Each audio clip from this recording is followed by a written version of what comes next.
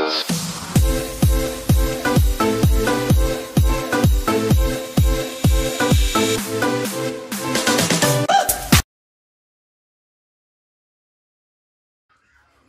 up mga kaklista, it's me again, Patrick Patricio. Okay, so for today's video guys is ituturo ko sa inyo yung pagtanggal ng cassette type na cogs at pagkabit.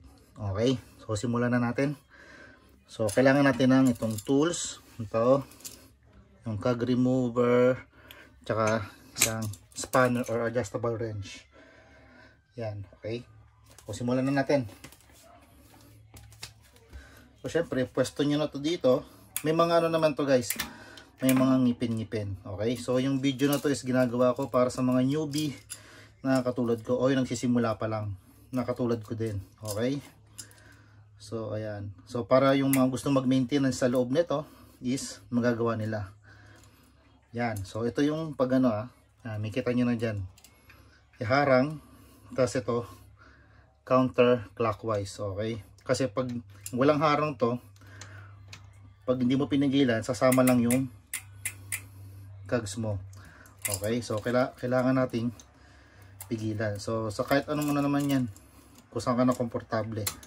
Yan, tapos luwagan mo na, tamang higpit lang, tapos ina 1, 2, 3 yun. So tanggal mo na yung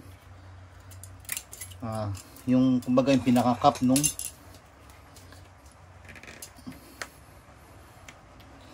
ito, yung cap nung ano tawag dito, yung cogs. Yan, so anuin ko lang yung camera, ayusin natin. Ayan, umulan na naman. So yan, so tatanggalin natin to.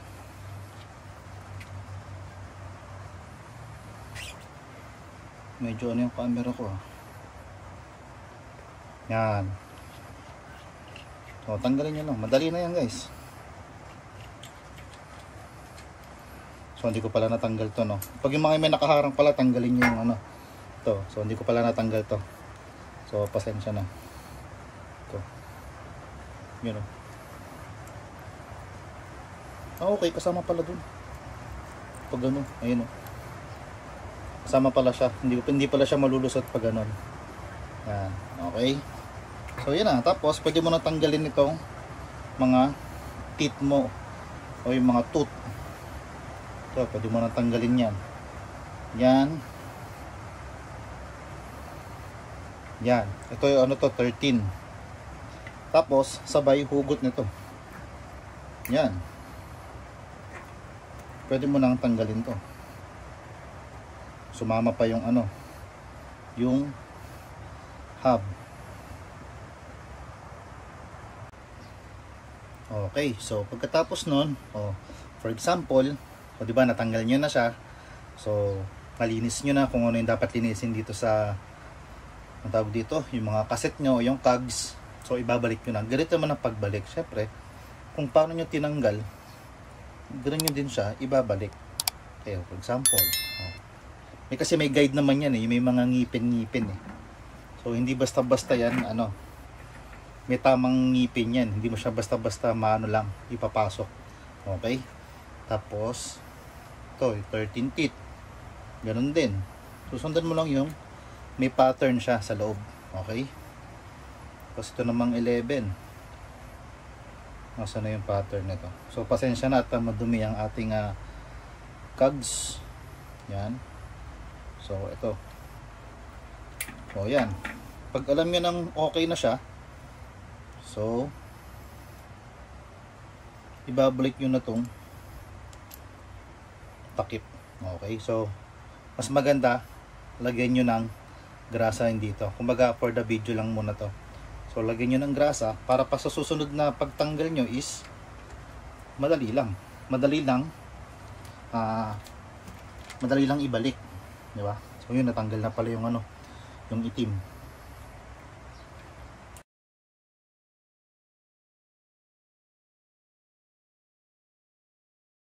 So tanggalin nyo muna yung itim na yun, kumbaga yung lock. Yan, tapos tansyahin nyo lang. Yan. So pag kumagat na siya, dahan-dahan, make sure lang na hindi mag re-thread kasi hirap na. Yan. Baka mag loose thread ka dun or kainin yung thread mo dun. So sa paghigpit nun, hindi mo na kailangan yung isa kasi pipigilan na nito ng cassette mo. So ang pagluwag, ang pag-ano nito is pa clockwise na. Okay? So yung useful na higpit natin. Okay, so ayan. Oh, higpitan mo lang. So may specific naman to na ano eh.